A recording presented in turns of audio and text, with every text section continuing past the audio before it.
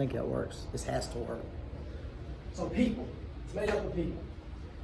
Anything else you can think of? Powers, okay? There are powers that the government has, and powers that they don't have. So people, powers, it's another P word. Policies. Policies. People, powers, and policies. Make sense to everybody? We're going to come back to policies. The government's made up of two types of people.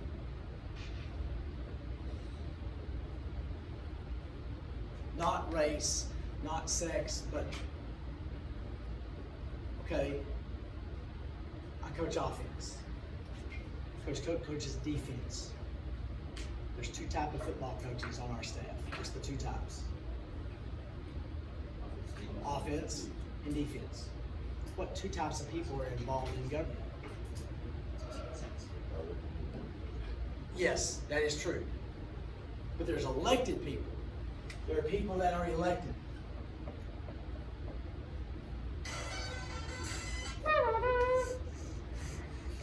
So as people that are elected, are there other people involved in government? What are they? They are not elected. There's people that work for the government. There's people that work in the State Department that have never run for election ever. They just have a job because they have expertise in the Middle East or in England or Russia. So there's elected people and there's just people that work for the government. Good? Got that so far? Everybody's got stuff wrote down? All right.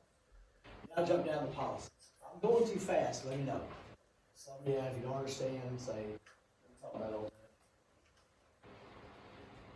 Yeah, number 4. Come back. Government policy.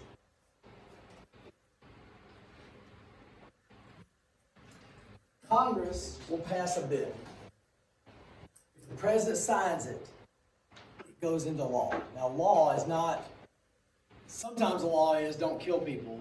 Sometimes the law is no drunk driving. Sometimes the law is we're going to do things this way. We're going to offer this program. It's not necessarily a law, something you can or can't do. It's here's some program we want to implement. So that's called a law. Y'all have heard of that before. Everything Congress passes, everything the president signs, anything that becomes a law is policy. So, laws are policy. Anything government passes, anything Congress and the president put into law, that is policy.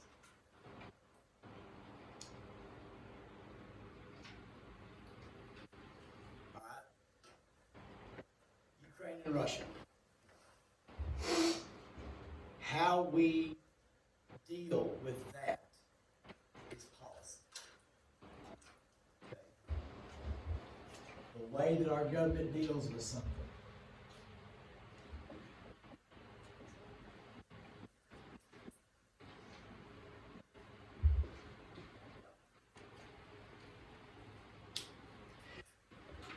Even if Congress doesn't pass something, building a wall on the border is policy. Not building a wall on the border is policy. Does that idea make sense? So it's laws that are passed, and just the way government decides to do something, that's all policy.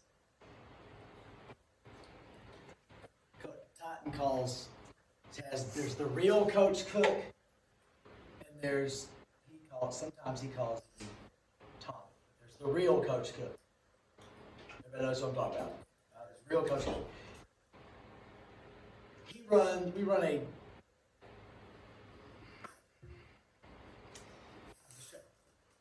jet option offense. He made it up. That's his policy. He's the head coach. His policy is this is the offense we're running. Some new coach comes in, there's going to be different policies. Yeah. do this instead. We're going to do this. That's what policy is. Does that make sense? The idea of government policy. We did policy. The three government powers, you know them. What are they? What's the three government powers? Three things government has to do. Three things they're in charge of. Judicial. Legislative. Executive.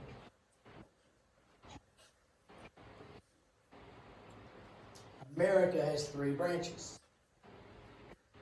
What y'all always learn about the three branches? Two words usually went with them. Probably what y'all learned about. Separate but equal. I guess that's not true. We'll get to that later. It's true, but it's not. Legislative writes the laws.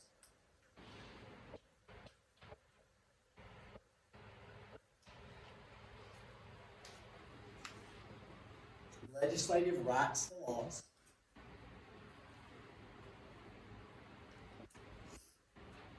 Executive enforces, carries out.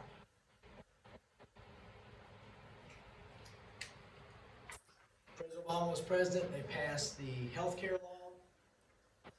Congress passed it. Whose job was it to implement it and make it work? The executive branch. Okay? All the laws that are passed, all the policies that are passed, the executive branch is the ones that make it happen, make it work. What is the judicial branch? They interpret what those laws mean.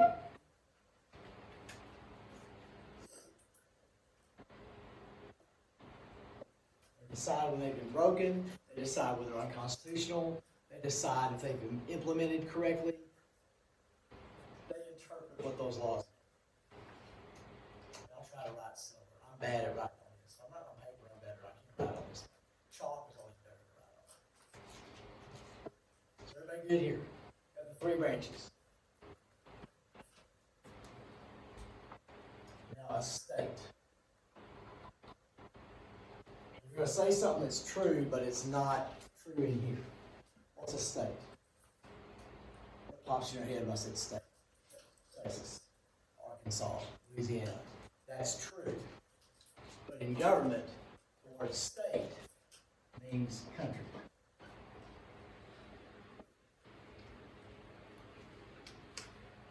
And for us, in the United States, the states are like little mini countries. The State Department. What do you think the state? I already mentioned it. What do they do? What do they do? Who do they deal with? We know what's a state. Countries. So who does the State Department deal with? Other countries. Secretary of State is responsible for negotiating and dealing with other countries. The State Department is in charge of negotiating and dealing with other countries. So in here, until we get to Texas, the State Department, the state means country. Now, for a state to exist, what's the first thing, or what's something that needs to be there for it to be a state?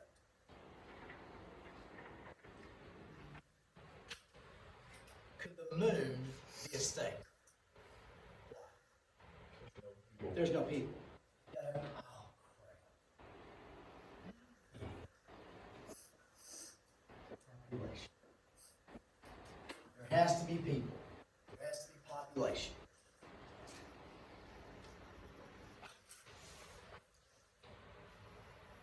Human beings are ridiculous. We have a brand new house. 7 years old. Brand new house. Nice house. Fancy house. Cottondale store, and then you go east. You need to know directions. If somebody says a direction, you need to have a general idea where that is. Don't trust this piece of garbage. How many times they get you the wrong spot? Don't trust it. Know where you're going. Know what directions are. But east of Cottondale store, look looking out towards the Meadows ranch out there, Meadows farm out there.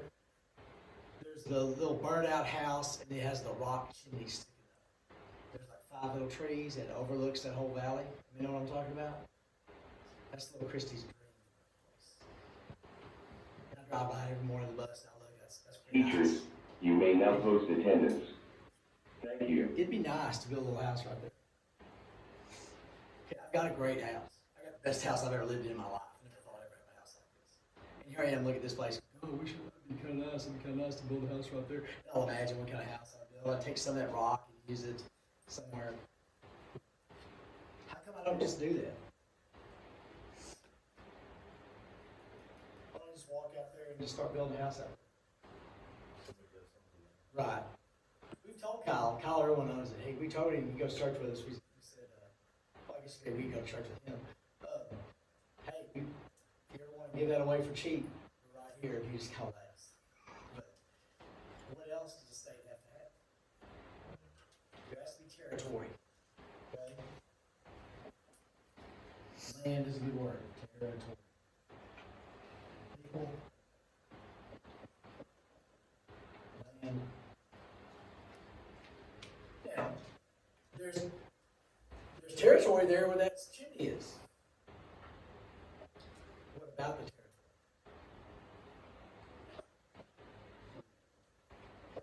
territory? These people need to have say-so over it. Okay? There has to be people there, there has to be land, and they have to have say-so over this land. There's a big fancy word called sovereignty, which means control. This group of people needs to control that territory, or have say-so over that territory.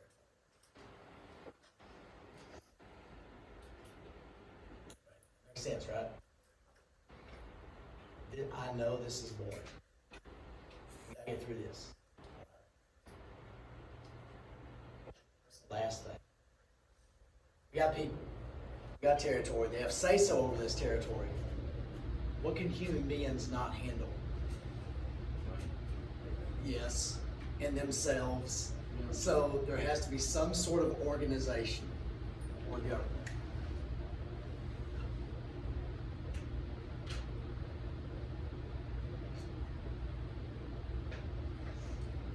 Now you got a state. Population, territory, they control the territory, and there's some kind of organization or government keeping things in check.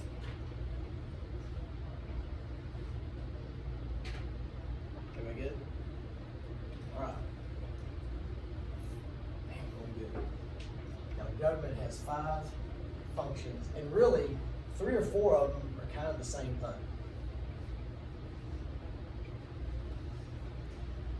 What would you say the most important job of government is? If this doesn't happen, nothing else matters.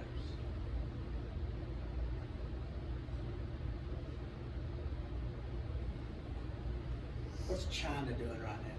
That's a loaded question. Are they building up their military?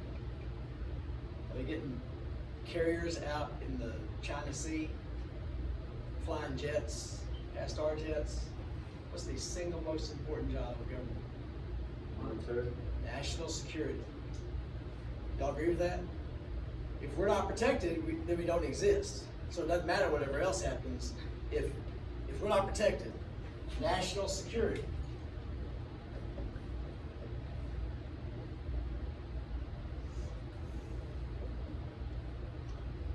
Now, I badmouth government all the time. Government has an impossible job. 200 years ago, it was easier to protect your country than it is today because of technology. I've been on a plane, went to Green Bay twice, flew to Denver twice since 9/11, since 2001. What do you have to do before you get on a plane? Yes, sir. You have to take your shoes off. Thanks a lot, idiots. Because some guy had plastic explosives in his sole of his shoes, and was sitting there trying to line his shoes. So because of that guy, we have to take our shoes off to get on the plane. Then there was another guy. This is so funny. He had somehow rigged a bomb in his underwear and didn't get it lit or whatever, but thank goodness you don't have to check everybody's underwear. But then go in there and do the little thing. When we went to Green Bay to see the game, so mom and dad died, we had a little bit of money, so I looked at little Christy. I said, Christy, she goes, yes, we can. So we went to a game. I took my little push-up things. There's these little push-up things that have like a handle and a platform, and they spin. Oh my gosh, that thing works. You can do push-ups, but you do that thing. It really, I mean, you talk about burning.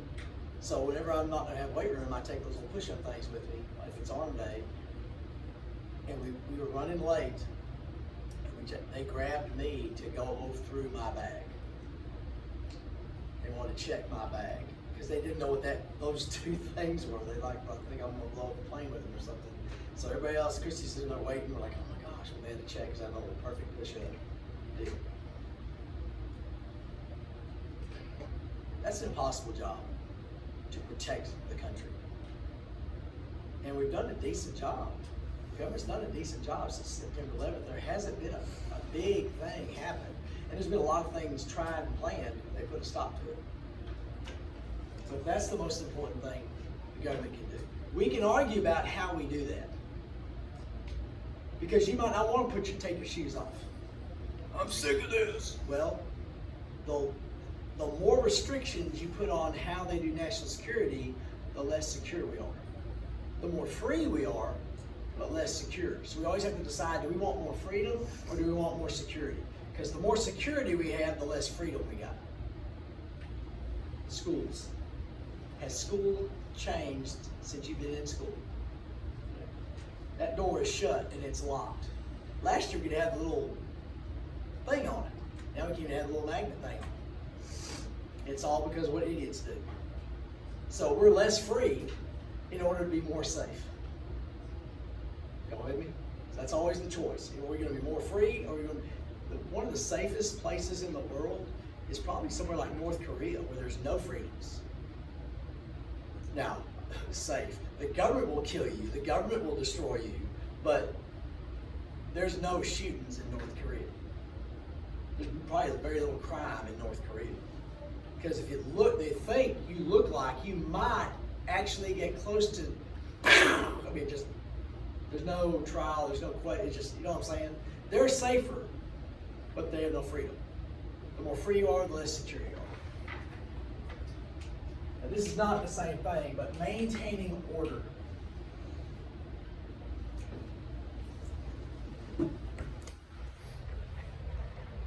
If there's more mobs running through the street killing people, that's not good.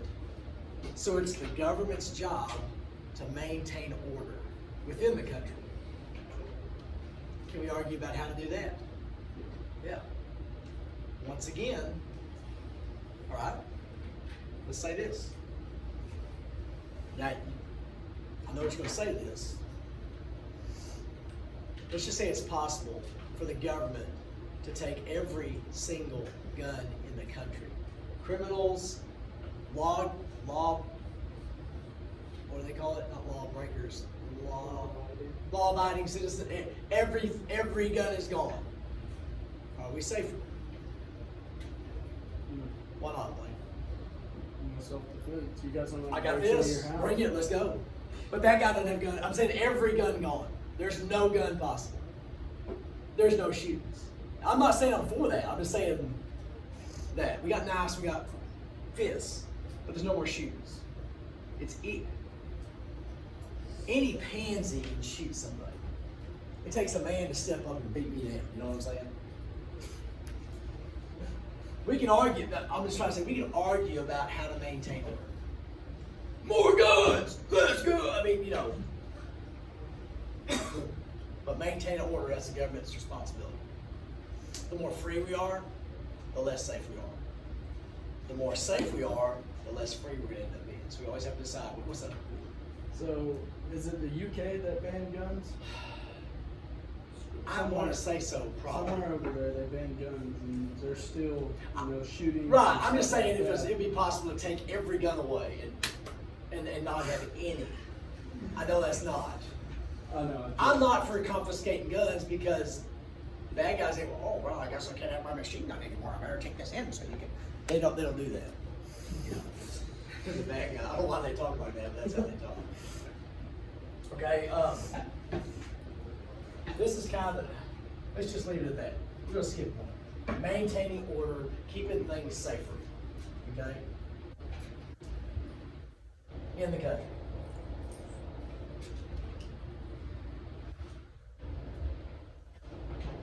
I wonder if I want to combine these. It's all the same.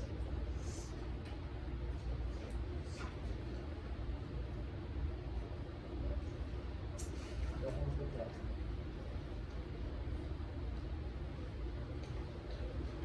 All right, I'm just gonna do this one. What do I want to word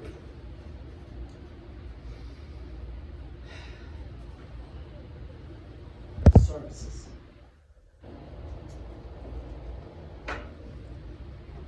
What would services mean?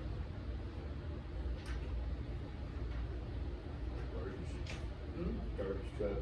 needs Okay, service. stuff done for the people. Okay? Let's say military. Oh, well, okay.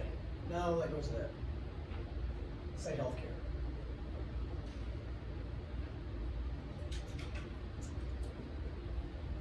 Healthcare is controversial because to fix a problem medically, number one, what does it take to figure out how to fix a medical problem? Doctor. Tons and tons of money, because you have to research and develop and experiment, and you have to pay this person to do that, and they have to go through a lot of training to get to where they can figure out how to do all this stuff. And then if they make MRI, Mr. MRI, Blaine, for everybody else but Blaine, MRIs are expensive. They have a deal, a body scan thing now, where they can put you in, it's like an MRI times 50, where they can go in and they can tell you, oh, you're gonna have a heart attack in like 10 years, or you're gonna get cancer here, but they can catch stuff before it happens. Why don't everybody do that? It costs a ton of money. Now, the longer it lasts, the longer it's there. When it first starts, when that thing first invented, it cost TVs. When they first come up with those flat, high definition TVs, like $5,000, $6,000, $7,000 a piece. Now you can get them for like $600. Technology gets cheaper the longer it's around. And they'll come up with something better than this scan they got now. But right now it's really expensive. You buy insurance, and the insurance company has to limit how much they spend to make it affordable to buy insurance. I would think eventually the insurance company would like people getting that because it would save them money in the long run. But it would depend on how much it costs to do that. If everybody gets that done, it might cost more than the percentage of people that get cancer or heart attacks or whatever. But what the government is going to offer us for free. Is anything free? No. So, whatever money the government spends on healthcare, where do they get the money from? Us. Taxpayers. And we're willing to raise taxes to do this. Well, let me tell you this right now. I'm not willing to have my taxes raised. Same time. Some parents give their kids money. Sometimes we give them money to spend on stuff. Sometimes we'll get him stuff. But if he proves that he cannot handle making money decisions, what do we not need to do? Give him money.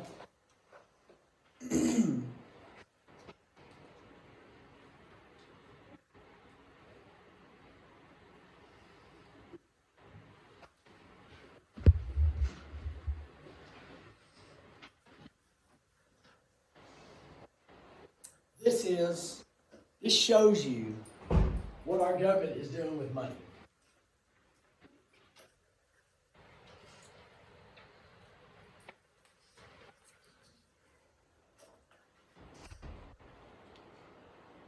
this shows you what our government is doing with money.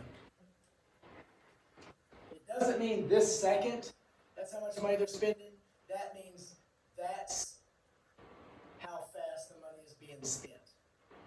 Okay, at 2 in the morning, they may not be spending this money, but this is how much money is going down the tube.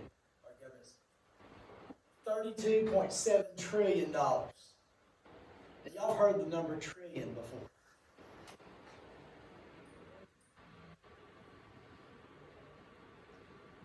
12 zeros is a trillion.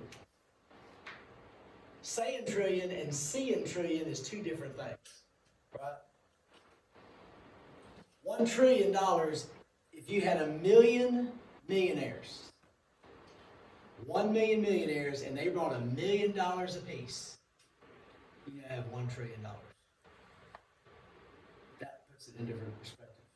1 million millionaires show up. Dallas. If everybody in Dallas had $1 million, Dallas would have $1 trillion. $32.7 trillion in debt. So now we need 32.7 millionaires bring in $1 million. Just like that. 7. Our government cannot handle money. I think our deficit spending. The 2 years after COVID, I think we spent $6 trillion more than what we had. Our government did. That'd be like you having a credit card and you make $100,000 a year and you put $700,000 on a credit card. That would be stupid, wouldn't it? That's stupid. The government can't handle spending money. So I'm not until you start cutting what you're spending, I ain't giving you more tax money. Okay? Even if it's for good stuff. If they can prove to me that they're being smart with their money and they're taking care of it, and you want to raise taxes to help people have less cancer, and you're really going to do that, I'm all for it. But I know they're not. All they're doing is lying and spending money anyway. So we can argue about what kind of services need to be provided. The more services that are provided, what does that mean for us? Who's paying the bill? You are. The more money is being spent taken from us. The less services that are provided, that should mean that less taxes are taken. If government's providing it, let's say government, everybody gets free health care. Everybody. I get my knee surgeries, I get the heart scan, everything's free. Would I get my surgeries? Who would decide if I got my surgeries? Would I decide it?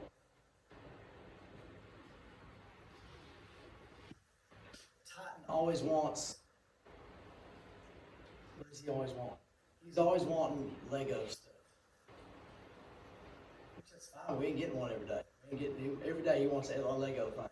Every time we go to the store, hey, can we go look at Lego? We can look at them, we ain't getting none. I don't want one. Who decides when he gets a Legos thing and when he doesn't?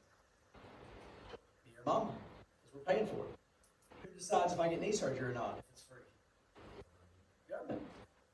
Whoever's paying for it decides. I'd usually rather pay for it myself and make the decisions about it. But anyway. All right. Very good. So that's good enough. The divine right theory. That word divine. Anybody know what that word means?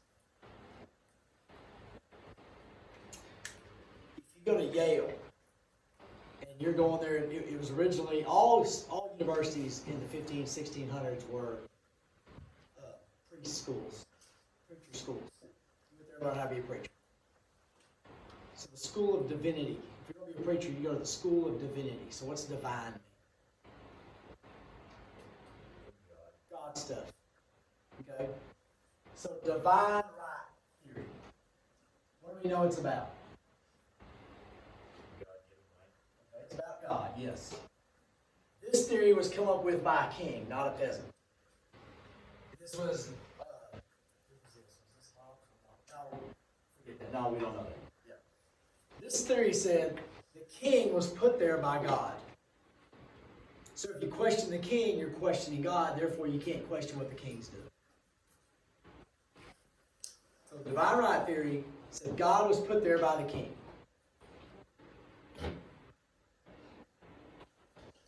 God was put there by the king. You write out your pen or pencils in your hand and you've written exactly what I just said. God put the king there.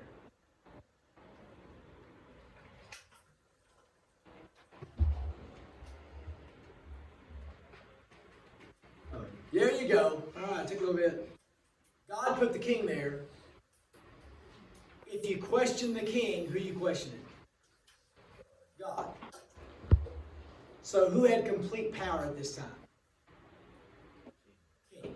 This is like the Dark Ages. Okay. World history, before the Renaissance and all that stuff. Okay. The king had ultimate control. The king was God. That's not true, but that's how they look.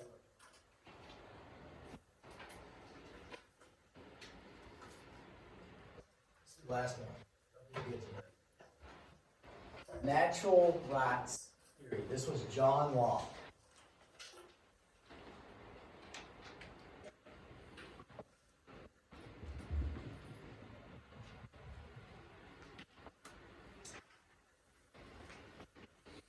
I'm going to put something down here. Okay? The Enlightenment. Y'all learn about this in world history. By the way, you need to learn things. I had that last year. Yeah, that means you've learned it. You should have learned it. It should be part of your brain. We had the Dark Ages. We had the Renaissance. What was the Renaissance? What went on during the Renaissance? What do you remember about that? What's that? Art. People, it came down to people were not allowed to mess with dead bodies. Why would sculptors and painters want to mess with dead bodies? Bone structure, body. If you figure out how the body's put together, you can make better paintings and better sculptures. Okay? So, people's talents. During the Renaissance, human beings' talents were being, before it mattered who your dad was. If your dad was the king, you're okay. If your dad was a peasant, you're a piece of garbage. And you couldn't change that. The reality was most princes were pieces of garbage. And a lot of pieces of garbage weren't pieces of garbage. After the Renaissance, this person might have talent even if they're not a king, even if they're not a royal person. They have talent. The Enlightenment was the development of human rights. So the Enlightenment was a time where human rights were recognized.